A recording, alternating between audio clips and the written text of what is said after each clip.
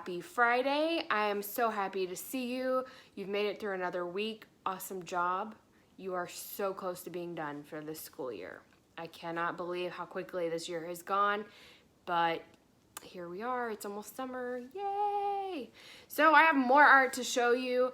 These are just examples of projects that I did when I was teaching high school. And I have to tell you, when you get to high school and you kind of get to specialize in what you want to do, sometimes you pick the subject, so drawing, painting, sculpture, ceramics. Sometimes you pick the teacher because you know the teacher is going to give you lots of opportunities and help you figure out what you like best. I taught advanced painting, so I taught painting 2, 3, and 4, and I was able to give my students in painting lots of options. So painting 2 is a year where you kind of learn all the different types of paint. You learn all the different methods, all the different techniques. You learn the difference between tempera and acrylic and gouache and watercolor and everything. I mean, you get to try. I really wanted to expose my students to everything as much as possible. So we did about a project a week, which 45 minutes every day is a lot of time to get to play with art. So we did lots of different things. And sometimes painting is not just paint. Sometimes it is using something in a way to create a painting effect. Now, this is actually a mosaic made with, let's hold that up a little closer. These are actually rocks from a fish aquarium. Okay, so I made this look like ripples on water because it reminded me of a trip that I had taken when I did this project. This was super fun. And I have to tell you, my students did ones that were much smaller, but I have to tell you, it really brings out your creativity and you have to figure out what it is you want to do. You only have 2 colors, you only have black and white, but they really enjoyed, you know, kind of figuring out within those constraints. Okay, we also did a mixed media. There's a background wash with watercolor, and then they chose some kind of animal to do in pointillism, which this is actually an animal mola, which is an African type of art made with dots. Okay, so I've got a seahorse here. We did watercolor pencils, and of course we did these around Christmas, so I've got a lovely poinsettia here. So watercolor pencils, if you've never tried them, they're like colored pencils, but you put water on them and they blend. It's really cool. It's a lot of fun. This is a gorgeous, gorgeous picture. We did powdered watercolors. These were the coolest things I have ever worked with. I absolutely love them. Actually, I think, whoops. I think I was holding this upside down. Yeah, there we go. Powdered watercolors. So what you did was you would tape your paper down to the table. You notice I've got a nice little white border here. And you would spray water, plain water on your paper. And then you would sprinkle different 3 colors, generally 2 to 3 colors, analogous colors, colors that are next to each other on the color wheel. Otherwise, you're going to end up with kind of a gross brown color. And they would do these amazing tie-dye effects. Then you would choose a letter and you would Zentangle that letter. Okay, these are pretty cool. We had a lot of fun doing that too. Another thing that we did was a tempera resist. So India ink is permanent, can't get it out of your clothes. You have to be super duper careful. And so what we did was they would draw a design on their paper. This is heavy duty, thick watercolor paper. And you would then paint over the design with white tempera paint, which will wash out. It's water-based. And then once that is dry, you coat your paper with India ink. Now, where the tempera paint is, it protects the paper. The ink can't get through and soak into the paper. Then, once your paper is completely dry with the India ink, you take it and you wash off the tempera paint, the white paint. this is what you're left with. How cool is this? Okay, some of my students would leave their design just like that because they were very intricate in their design. Some of my students were not very intricate with their design, but they would go back and they would add details with gel pens, with like metallic and glitter gel pens. So this was something that was pretty cool. A lot of people enjoyed that. We also did some collages. This is a collage mixed media piece. So we did watercolor. So that's watercolor with like paper towel to get that kind of crinkly effect. We did collage with tissue paper. We did some printmaking with just like a Ziploc bag, or you could even do it with foil, and you put, paint your design on there and then you put it on here to transfer it. So we did a lot of mixed media, learning lots of different types of things that we could do. One of the things that was always super fun and always really exciting was when I told them they would be doing a picture, creating a painting with coffee. Okay, you can paint with anything. You just have to decide that you're willing to try hard enough to make it work the way you want. Now, coffee, painting with coffee or tea is a lot like painting with watercolor. Okay, you have to add water to it to get it to, dilute, so you can make it really strong, so you get a dark color. You can make it really weak, so you get a light color. This was my sample. This is just a picture of a flower, a sunflower, and you'll notice that there's like some spots, some dots here. That's where I had painted with coffee, and then I just put a big old drop of water on there, and so it kind of spread out and made that ring around the outside. There's lots of really cool things that you can do. I'm very, very tight with my art. I like things precise and filled in exactly. So this was kind of an experiment in letting go and being a little looser for me. And I think it really turned out awesome. I have to tell you, when we did the coffee painting, some of my favorite paintings that the kids did were the coffee paintings, because they really stretched themselves. They let go. They just tried it. I have to tell you, the classroom smelled amazing when we were doing coffee paintings because it smelled like coffee. So one thing that I never really got to do a lot of in high school and college was make ceramics. And at one of the art conferences I went to, we learned how to make these awesome hollow, so, there's nothing inside here, hollow creatures, monsters, animals, whatever it is that you wanted to make. So I decided to make a little monster, and I gave him this cute little tail that's tucked onto his body so it's protected. And I have to tell you, these spikes I was really worried about when I put them on, because I was afraid that they would get knocked and break off, and these top two right here did, but luckily I was able to glue them back on. But that's why they're white. I couldn't glaze them. But here, this is one, and this is a project I did with my painting 2 kids. They made a hollow formed object. So they could make a little monster, they could make a box. I don't have any examples of boxes to show you right now. I have some in my kitchen, but they have things in them. So salt, spices, honey. I've got one that I have a little bee on that has like a little honeycomb design on the outside. I use it as my honey container. So there's lots of different things that you can make with ceramics. So another thing that I made was this piece of cake.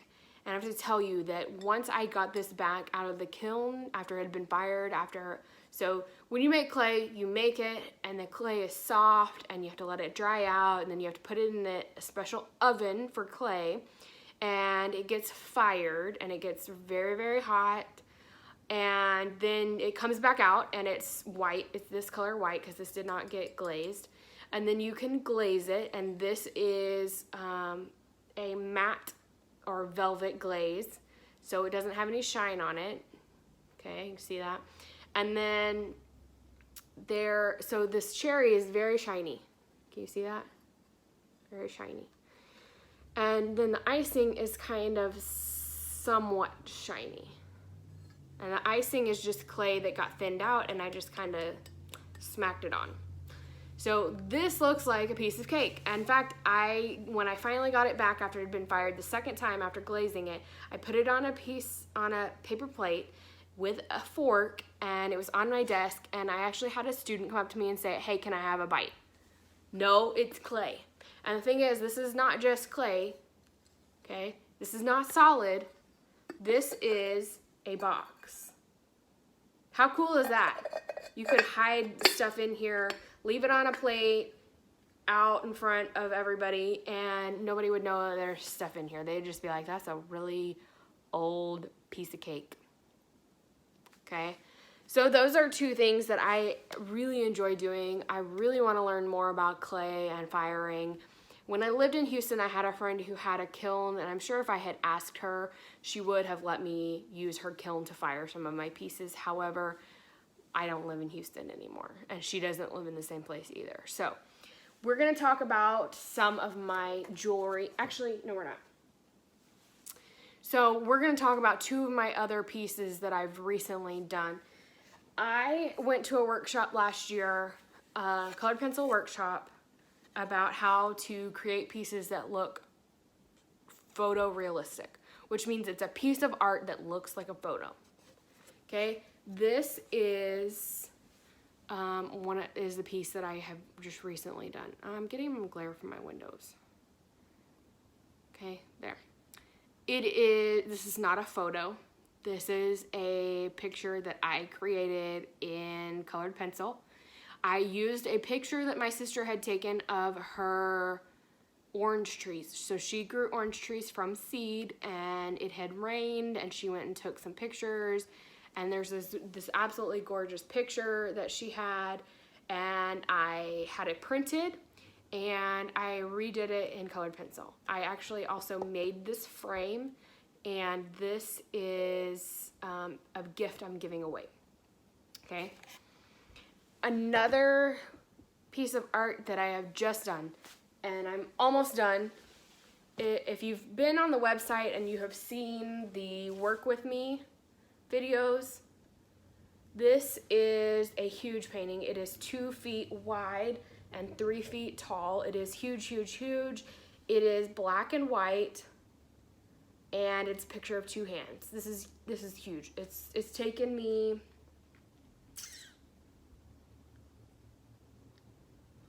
probably 10 to 12 hours to create this. And it's almost done. I've got a few final touches I need to do. Like I need to paint the edges so that they're nice. I need to go over this black area and give it a second, or actually a third coat, because there's some places where it's not very very well covered. It needs to just kind of be touched up. But this is another painting that I've done it's huge. It's been a labor of love, a master undertaking, and I've never done anything quite like this before. So if you haven't seen those videos, go check those out. You can watch me do it from start to finish. And I'm putting together one that is super sped up, so instead of taking 10 hours to watch, I mean, and these videos don't take 10 hours to watch, they take, you know, between 10 and 15 minutes because I've sped it up. But I'm going to do another video where it's even more sped up, so it's like all 10 hours in, 5 minutes maybe, from start to finish. So I'm excited to share all this with you. I still have more stuff to show you, so we will keep going. You'll notice I'm a little closer to the camera, and I do have still my artwork in the background, but I want to show you the jewelry that I make. Jewelry is something that is a lot of fun to wear, but it's even more fun to make. To me, it is. And I have a lot of it here to show you, so we're just gonna get going, okay? So one of the things that I first learned how to do, and I don't have all of the jewelry that I've made. A lot of the jewelry I've made, I've given away, so I don't have it anymore. I've made it as gifts, and these are things that I still have that I want to show you. So this was one of the first projects that we did. These, it was a project for school, so I was in a jewelry making class. These are some earrings, okay? So you can see that? Yeah, kind of. Better see it that way. So the project was to set these little bitty stones, and this right here that holds the stone, that's called a bezel, and these are some earrings I made for my grandmother, basically, because they're her birthstone and they're kind of art deco. They look like they would be something she would have worn when she was younger. I don't think she wears much of any jewelry now, but I do think she would have worn those when she was younger. So I have tons of rings that I have made. So here's a ring. Okay, it's actually curved up like that. This is just copper and silver. One of the things that we did was learn how to do lost wax casting. So that's where you make your design out of wax and you basically put it in plaster and you burn the wax out, and then you pour molten metal into where that wax used to be. So this ring right here, it's called the bubble ring. This is all silver. Okay, this whole ring it's solid, well, mostly solid because I carved that out because it was gonna be heavy and really expensive to make. This is all silver. And so I took a ring of wax and I carved this design into it, and then we put it in to the plaster and we burnt out the wax and we filled it up with the molten silver. And I have to tell you, it's the most amazing thing. If you ever get a chance to learn how to do it, it's awesome. I also did a signet ring with Batman. Batman's kind of important in our family. We're not fans like, ooh, love Batman. Batman has a different significance to our family. So this is a pretty cool ring. Okay, it's a little thicker there at the bottom so that when you're wearing it, it kind of stays level. This top part is very heavy, but if you wear it like this and you've got this thicker part at the bottom, it's not gonna roll around on you too much. So that's part of design. You have to figure out what works. Okay, another thing, and this is something I actually taught myself how to do. I didn't learn this in class. So I have just a band, but I actually taught myself how to do prong setting. So it looks like an engagement ring.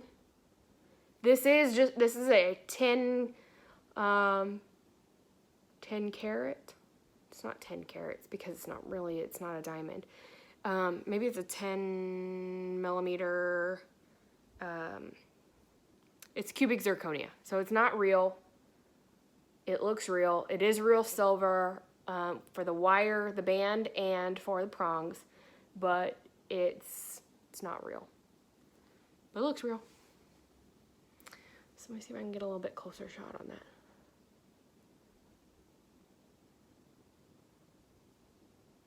Not really. That's not very good.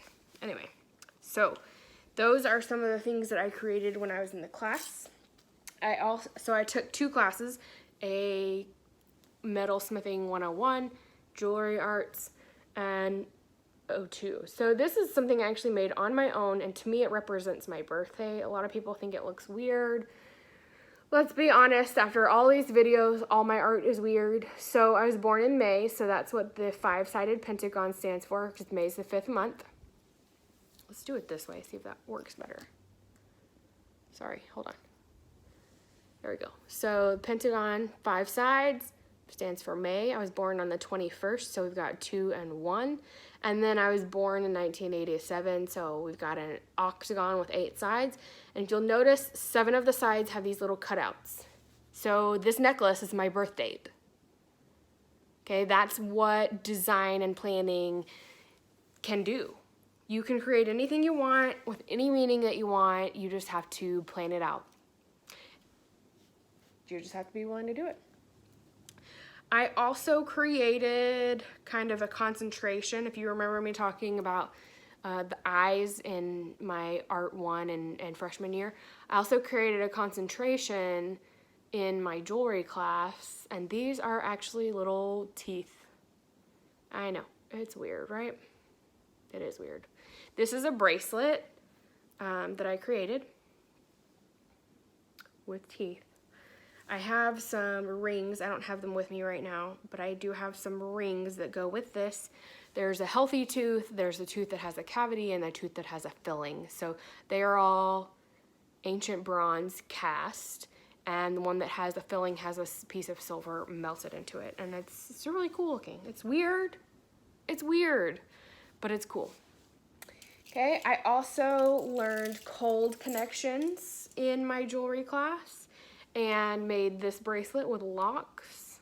I love keys. I collect keys of all different types.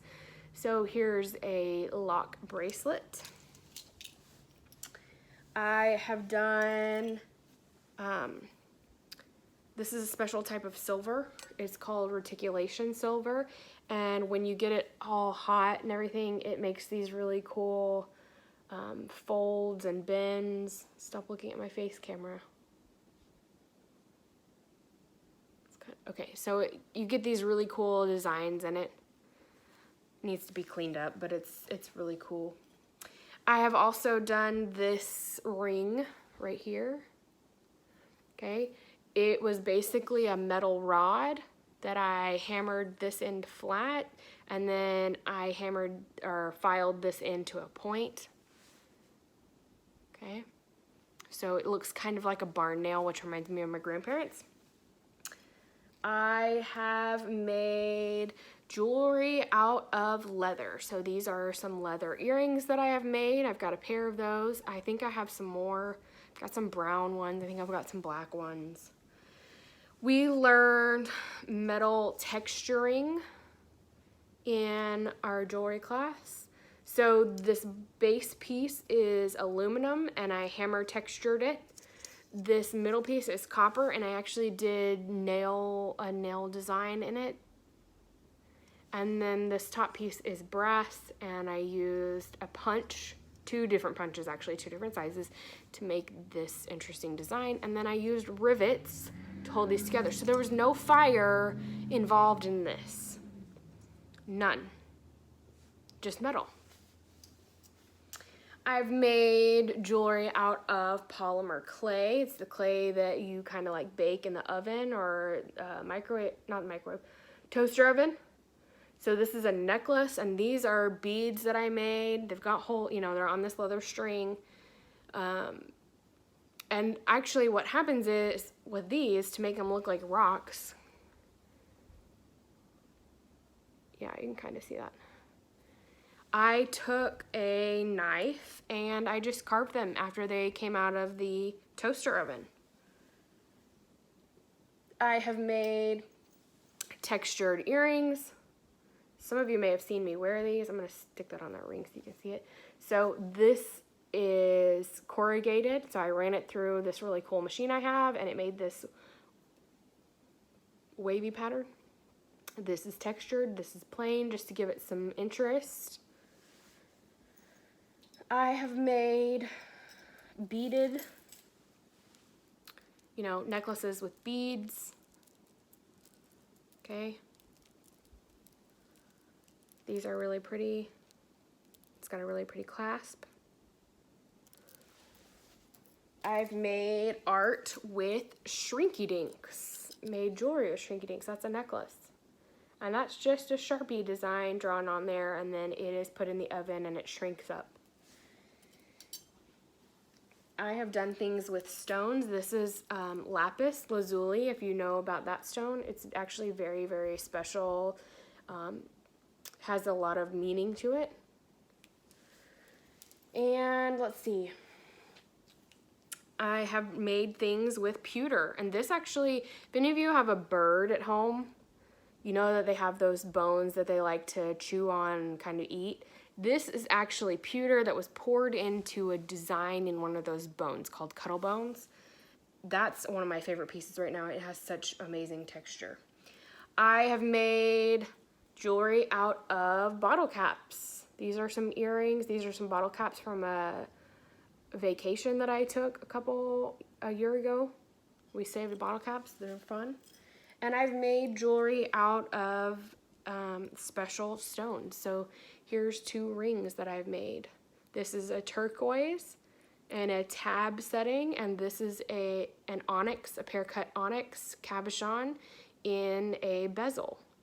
So these are, you may have seen me, let me just throw it across the room. You may have seen me wear these to school, okay? These are things that I make. This is stuff that makes me happy. This is the stuff that I do for fun, okay? Bottom line here is that I want you to find things that make you happy and that you enjoy, and I want you to do them. That is how we get joy and fulfillment out of life, is doing the things that we love, that give us a sense of accomplishment. And that's what I want for you. I want you to have a great time making things. That's entirely up to you. That is all of my jewelry. You've seen most of my artwork, you've seen most of my jewelry, and I hope that you are able to find whatever it is that makes you happy. If that's not art, that's okay. If that means you are more into athletics, that's okay too. I just want you to have fun doing whatever it is that makes your heart and your mind happy. Okay? That is all for today. Remember, art is life.